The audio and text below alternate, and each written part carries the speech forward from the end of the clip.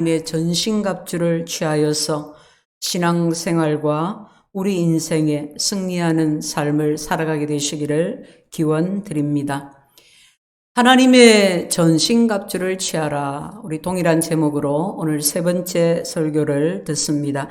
우리 제목을 한 목소리로 두 번 봉독하겠습니다. 시작. 하나님의 전신갑주를 취하라. 하나님의 전신갑주를 취하라. 아멘. 우리는 악한 자를 대적하기 위해서 날마다 우리 마음에 복음 전하는 마음으로 신을 신고 또 믿음의 방패를 가져서 사단의 불화살을 소멸하고 그리고 구원의 투구를 써야 합니다. 17절 말씀, 구원의 투구와 여러분, 투구하면 딱 떠오르는 것이 무엇입니까? 투구. 바로 여기 투구는 머리에 쓰는 거죠. 투구를 손에 들고 있기만 하거나 투구를 장식으로 허리에 차거나 발에 신거나 그렇게 하는 사람은 없습니다. 투구는 머리에 씁니다. 즉, 투구란 우리의 생각을 말하는 것입니다. 우리가 흔히 이런 말을 듣거나 또는 합니다.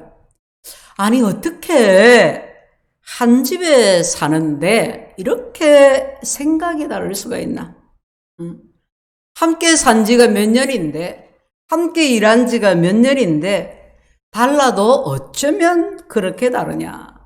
그죠? 남편과 아내가 너무 달라서, 생각이 너무 달라서 늘 부딪히고 갈등하고 괴로워 죽겠다고 합니다. 자식도 그렇습니다. 동시대를 우리가 살아가고 있는데 너무 다릅니다. 어느 가정의 이야기입니다. 70대 아버지가 우리나라 이러다가 큰일 난다고 서울 가서 태극기 집회에 참석해야 한다고 합니다. 40대 아들은 가만히 계시라고. 그런 아버지 때문에, 그런 노인들 때문에 나라가 망한다고 합니다.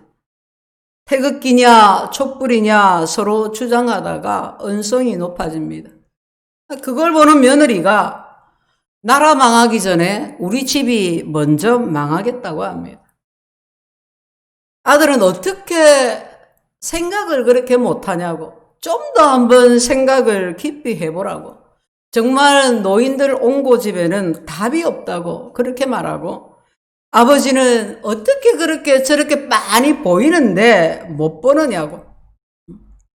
나이 들었다고 이제 무시하느냐고. 뒷전으로 내팽개치느냐고. 인생이 너무 허무해서 견딜 수가 없다고 합니다. 이는 나라를 걱정하는 한 가정에서의 이야기입니다. 여러분, 우리 사회 안에 수많은 갈등이 있습니다. 점점 더 심해집니다. 보수와 진보로 또는 지역 간에, 계층 간에, 노사 간에 갈등과 분쟁이 계속 더 많아지고 있습니다. 정치권뿐만이 아닙니다. 가정은 말할 것도 없고 심지어 교회도 그렇습니다. 우리 사회 전반에 걸쳐서 해결되지 않는 갈등이 많아지고 있습니다. 개인과 개인 간에도 그렇습니다. 여러 가지 견해가 있고 그래서 갈등하고 충돌합니다. 바로 이렇게 수많은 다른 생각이 있기 때문에 우리에게는 투구가 필요한 것입니다. 투구를 쓰는데 구원의 투구라고 하십니다. 우리가 써야 할 투구는 구원의 투구입니다. 그럼 구원의 투구란 어떤 것을 말하는 걸까요? 바울 사도가 구원의 투구를 말할 때에 과거적인 구원을 의미한 것이 아니었습니다. 옛날에 우리가 이렇게 구원받았다. 그 구원받은 것을 생각해라 하는 의미가 아닙니다. 현재적인 구원을 말하는 것도 아닙니다. 현재 계속해서 구원을 받아야 되고 나쁜 생각들을 떨쳐버려야 되고 그런 의미가 아닙니다. 그러면 이 구원의 투구는 어떤 의미일까요? 학자들은 이를 미래의 투구라고 해석합니다. 바울 사도는 데살로니가전서 5장 8절에서 이렇게 말씀합니다. 우리가 낮에 속하였으니, 밤이 아니라 낮에 속하였으니 정신을 차리고 믿음과 사랑의 호심경을 붙이고 구원의 소망의 투구를 쓰자. 구원의 소망의 투구를 쓰자. 우리가 살아가는 이 땅에 우리 사회에 수많은 문제들이 있지만 우리는 제대로 된 답을 내놓을 수가 없습니다. 양쪽에 충돌이 있습니다. 들어보면 다 일리가 있습니다. 둘 다 어느 한쪽만 잘하고 다른 한쪽만 전적으로 잘못하고가 아닙니다. 양쪽 다 그 주장에 일리가 있습니다. 그런데 보면 어떻습니까? 양쪽 다 다른 한쪽이 완전히 잘못했다고 합니다. 저 사람이 완전히 나쁜 사람이라고 합니다. 저 사람은 정말 말도 안 되는 소리를 한다. 답이 없는 사람이라고 합니다. 오직 내 생각이 나만이 옳다고 합니다. 더 상대방의 말을 들어볼 것도 없다고 합니다. 그렇지 않습니까? 이런 것을 너무 많이 봅니다.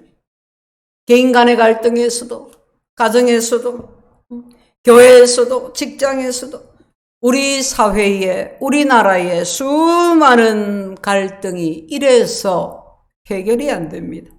문제만 무성합니다. 갈등만 무성합니다. 해결할 수가 없습니다.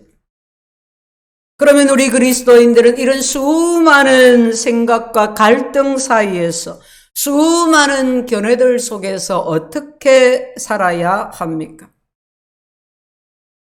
내 생각이 옳기 때문에, 내 말이 맞기 때문에 절대 타협은 없다.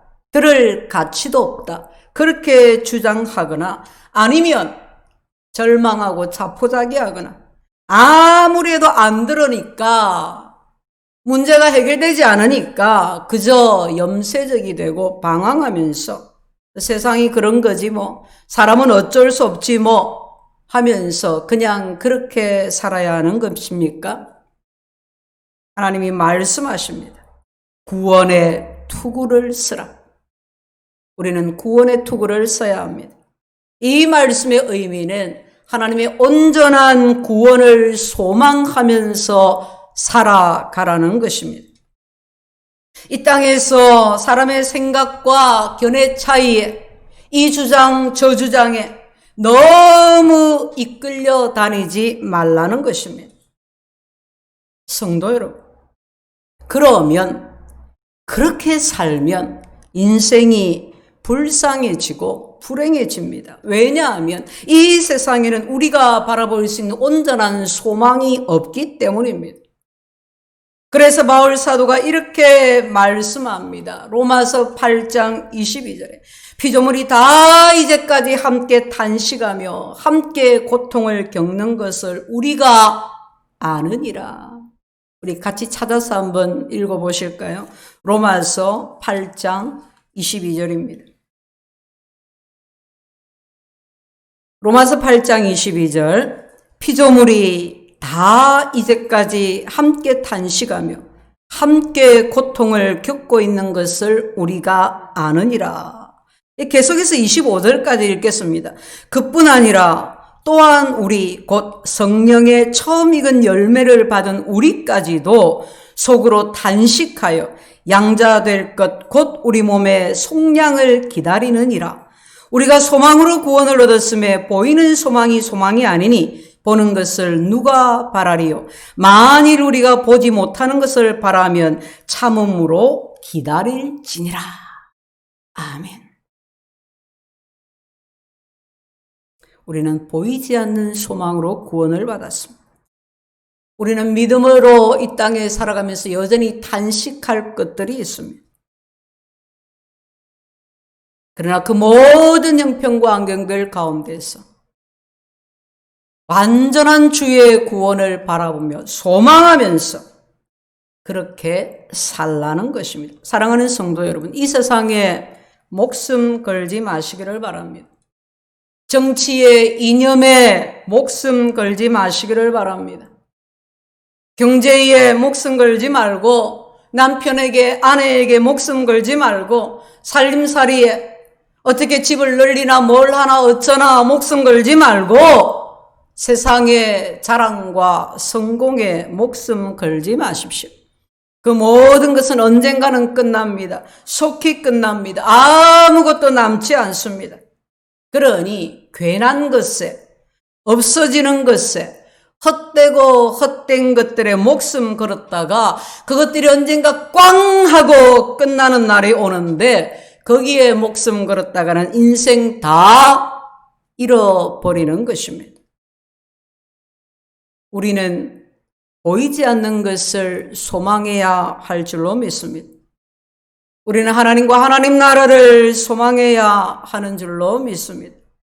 이 땅에 참된 교회로 세워져서 하나님 나라가 이 땅에 임하시고 하나님의 구원을 이 땅에 선포하고 하나님 영광에 이르게 될 그날을 소망해야 하는 줄로 믿습니다. 그러므로 우리는 구원의 투구를 써야 합니다. 이 세상은 불안합니다. 염려가 그치지 않습니다.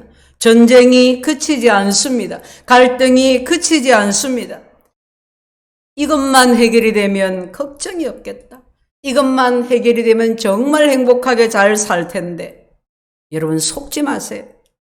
그것이 해결되면 또 다른 일이 찾아옵니다.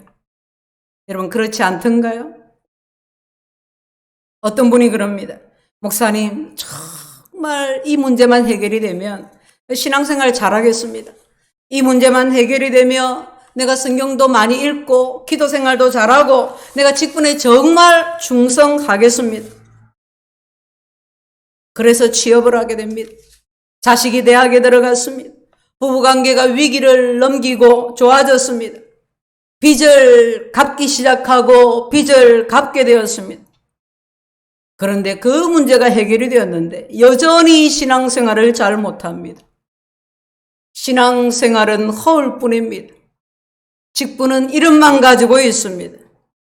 그런데 그는 자기가 고민하고 힘들어했던 그 문제가 애저녁에 해결이 되었다는 것도 인지하지 못하고 있습니다. 왜냐하면 현재 다른 문제 가운데 있기 때문입니다. 늘 문제가 있는 것입니다. 그래서 감사가 없어요. 성장이 없어요.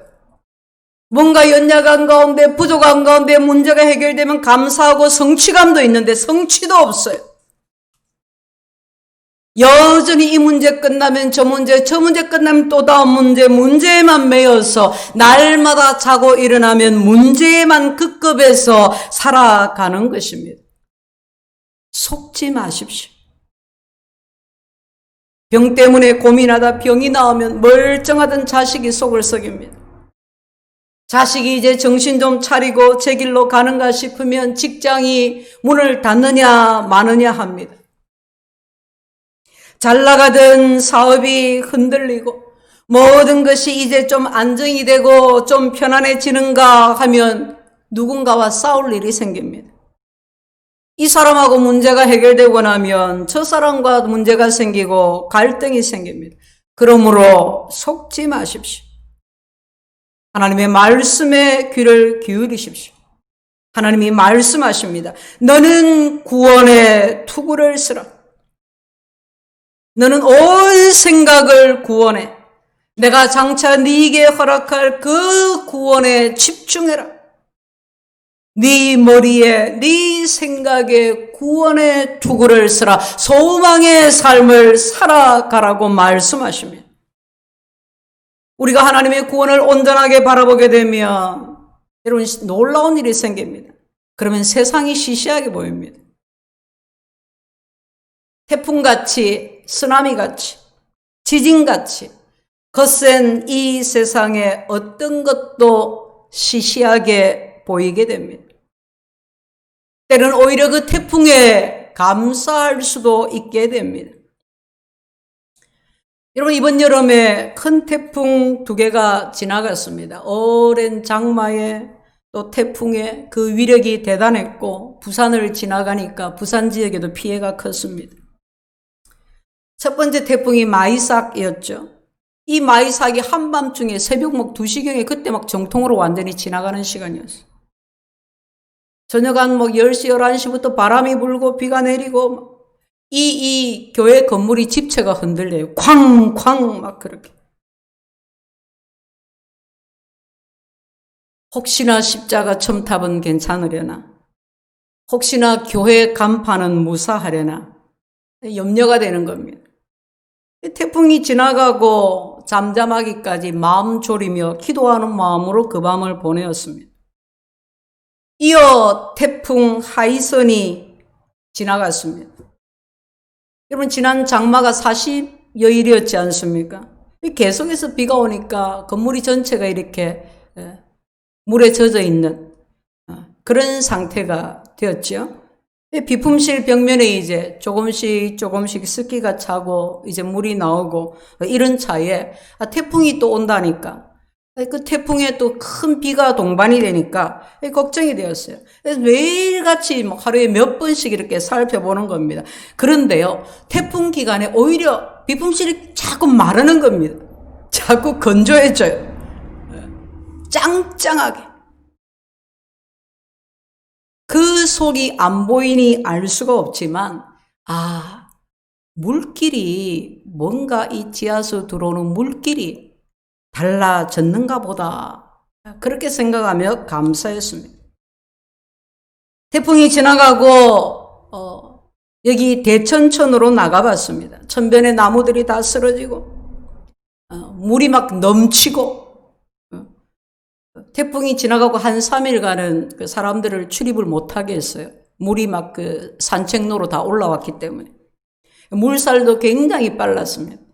혹 산책을 해보신 분은 보셨겠지만은 대천천 제일 아래쪽 다리 밑에 낙동강으로 들어가는 그쪽에 보면 늘 물이 빠져나가지 않아서 고여 있습니다. 하천 바닥이 안 보입니다. 아주 짙푸른 색깔, 그리고 악취가 나고 막 그래요. 비가 되게 많이 오면 그냥 조금 빠져나가기는 하는데 그 고임의 문제가 해결되지 않고 있습니다.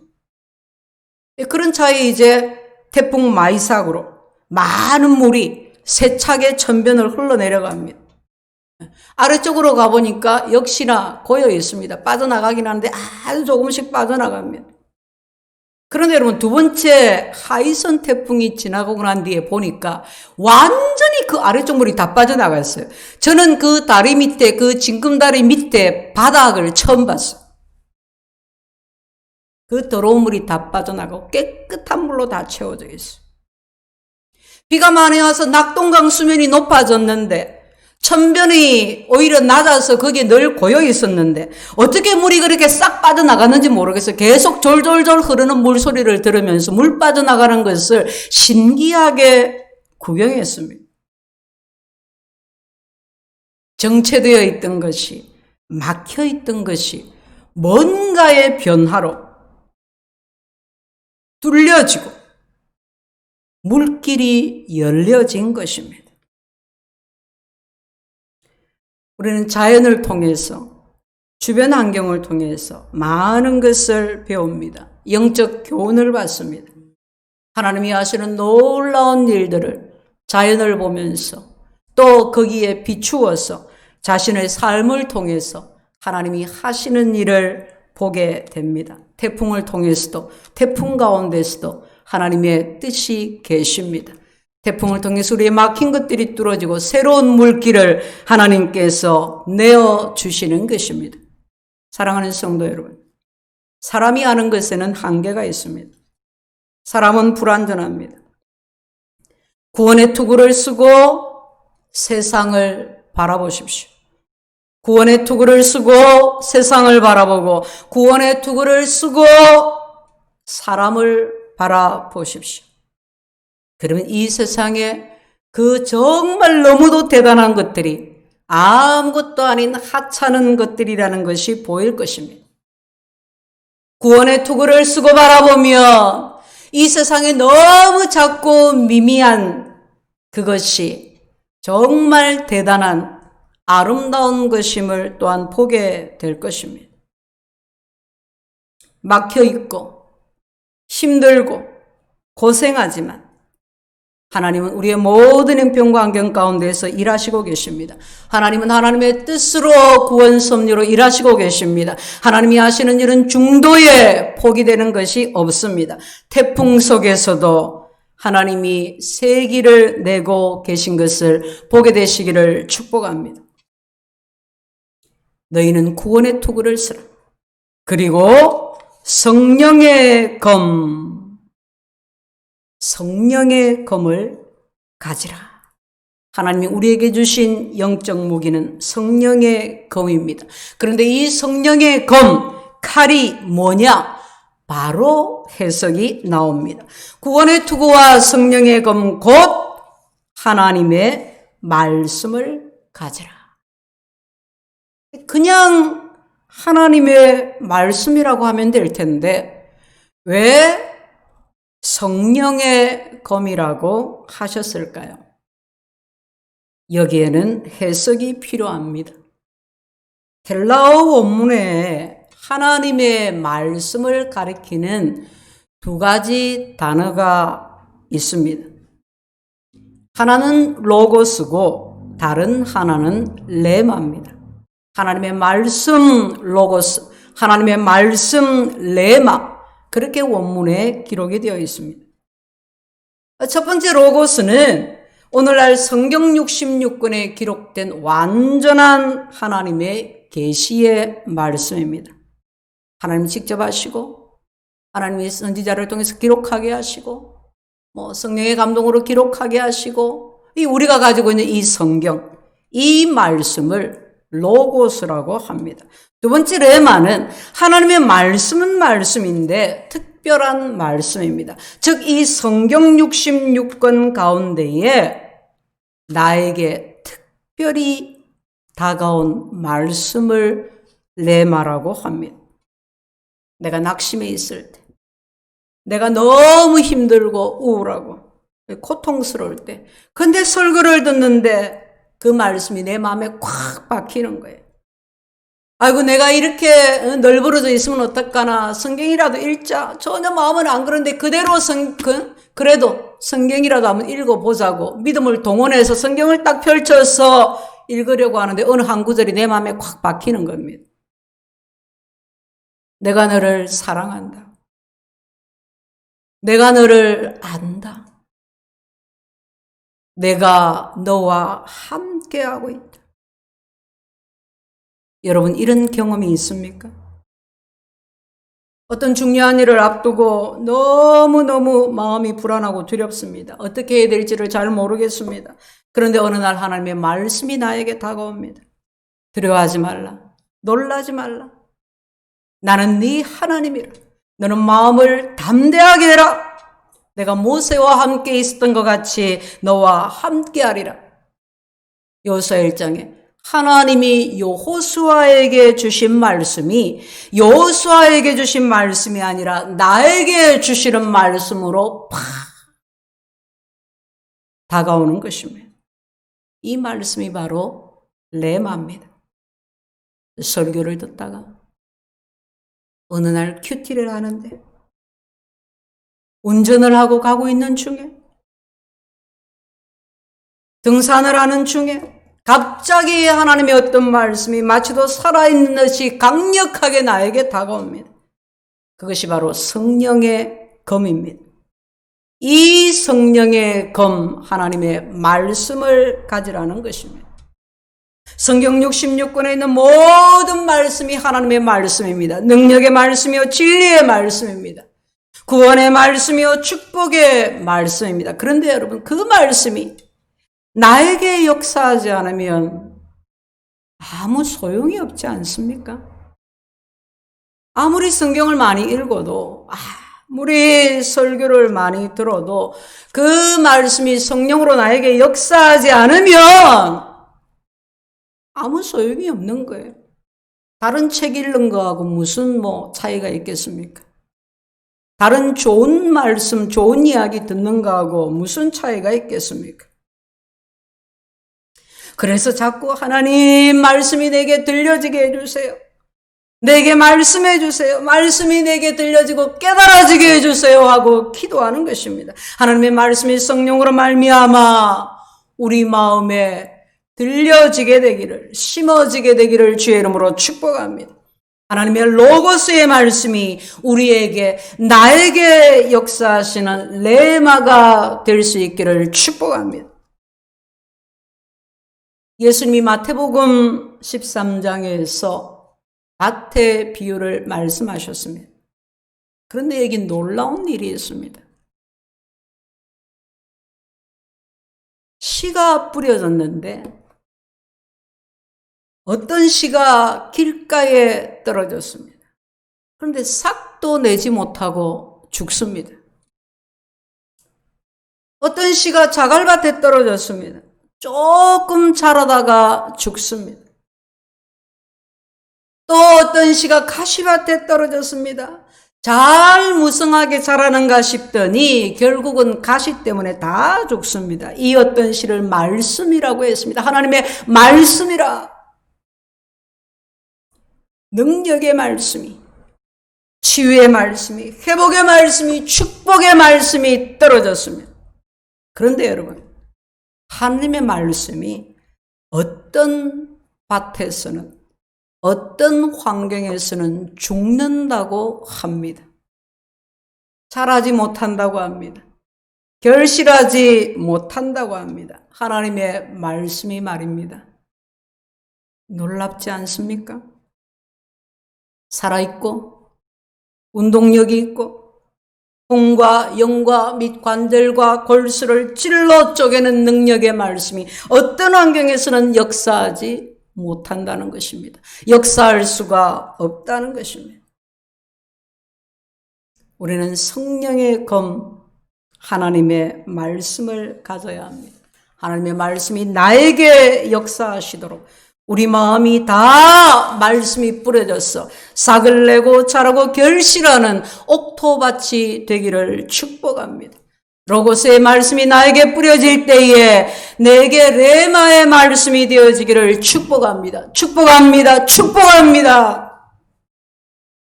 성도 여러분, 우리가 설교를 들을 때마다, 성경을 읽을 때마다, 매 순간마다 어렵고 힘든 환경에 닥쳤을 때마다 하나님, 저에게 말씀해 주세요. 하나님, 성경을 읽습니다. 내 눈을 열어주셔서 이 기록된 말씀 속에 있는 하나님의 기이한 것을, 하나님의 나를 향하신 그 뜻을, 그 사랑을 나로 발견하게 해주세요. 이는 제 간절한 소원입니다. 성령 하나님, 이 시간 말씀이 내게 레마로 역사해 주세요. 그런 간절한 마음, 간절한 소원을 가져야 합니다. 우리가 지난 8월에 전 성도가, 유초등부 어린이들로부터 시작해서 전 성도가 신약 성경 일독하기를 했습니다. 우리가 개인적으로 또 가정에서 한 달 동안 성경 읽는 일에 함께 했습니다. 7월에 이미 신약을 7월 한 달에 일독을 한 분도 계셨고, 또 지금 일이 많아서 코로나로 인해서 직장 인원이 감축이 되고, 그래서 본인이 할당 일이 너무 많아지고 너무 피곤하고 그런 여러 가지 시간도 없는 사정이 있었지만, 그래도 교회가 다 같이 하는 일에 동참하려고 그렇게 나름대로 또 애들을 많이 썼습니다. 어쩌면 이번에 신약 일독을 처음 해보신 분도 있을 것 같습니다. 특히 우리 유초동부 어린이들 경우에 그런 것 같습니다. 완독자 이제 보고를 쭉 받았는데, 우리 성도 가정의 어린이들이 다 신약 성경 일독을 했어요. 그럼 얼마나 감사했는지를 모릅니다. 모태신앙으로 나고 자라고 평생 교회 안에 있으면서도 성경 한번 못 읽어본 사람이 수두룩합니다. 아유, 신약 그거 한 달 동안 읽으면 되지 뭐. 쉽지 않았을 겁니다. 어른들도 읽기 쉽지 않은데 아이들이 1시간씩 소리를 내어서, 어떤 어린이들은 울면서 읽었다고 합니다. 그러나 매일매일 그렇게 읽다 보니까 쉬워지고 읽다 보니까 다 읽어졌습니다. 우리 어린이들에게 상품도 다 제공이 되었는데 상 받으면서 또 얼마나 또 신납니까? 부모가, 선생님이 함께 성경 읽는 일에 우선순위를 두고 지도하고 본을 보이고 그리고 같이 읽었습니다. 얼마나 귀하고 감사한지 정말 많이 기뻤습니다. 이렇게 설교를 듣고 또는 읽고 또는 성경 공부하면서 또는 암송하면서 이렇게 취한 하나님의 말씀이 어느 날 어느 때 우리 아이들에게 레마가 될 줄로 믿습니다. 우리 부모에게, 우리 어른들에게 그랬던 것처럼요. 우리 아이들이 하나님의 말씀을 더 가까이 하게 되고 더 친근하게 되고 더 사랑하게 되고, 그래서 하나님의 말씀의 능력을 체험하고 하나님의 말씀이 증거하시는 사람으로 살아가게 될 것을 기대합니다. 하나님의 로고스의 말씀이 나에게 역사하시는 레마가 될 때, 하나님의 말씀이 성령의 검으로 우리에게 들려질 때 놀라운 일이 일어납니다. 우리 히브리서 4장 12절을 같이 한번 찾아서 읽어보겠습니다. 히브리서 4장 12절 말씀입니다. 하나님의 말씀은 살아있고 활력이 있어 좌우에 날선 어떤 검보다도 예리하여 혼과 영과 및 관절과 골수를 찔러 쪼개기까지 하며 또 마음의 생각과 뜻을 판단하나니. 할렐루야. 살아있는 하나님의 말씀, 즉 성령의 검을 소유할 때, 하나님의 말씀이 나에게 레마가 될 때, 하나님의 말씀은 우리의 생각을 고치십니다. 우리의 마음과 인격을 변화시킵니다. 가치관을 변화시키십니다. 우리의 관절과 골수를 찔러 쪼갤 만큼 강력한 말씀으로 우리의 모든 질병과 약함과 인생의 문제들을 해결해 주십니다. 사랑하는 성도 여러분, 구원의 투구를 쓰고 하나님의 말씀, 곧 성령의 검을 가지십시오. 매일 매 순간 보이지 않는 소망으로 생각을 지키십시오. 삶의 모든 형편과 환경 가운데에 성령의 검을 가져 승리하십시오. 이제 추석 연휴가 곧 시작이 됩니다.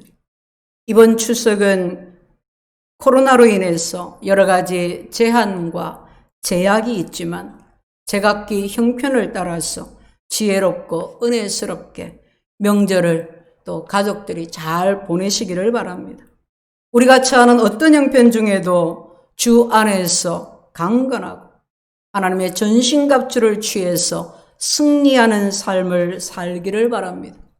진리로 허리띠를 띠고 의의 오심경을 붙이고 복음으로 준비한 신을 신고 믿음의 방패를 가지고 구원의 투구를 쓰고 성령의 검, 곧 하나님의 말씀을 가지십시오.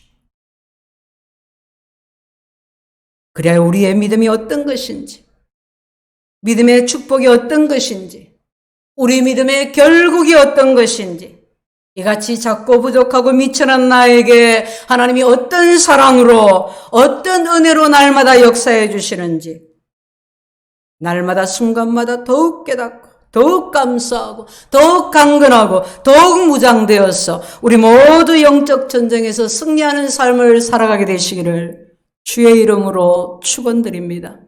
아멘. 끝으로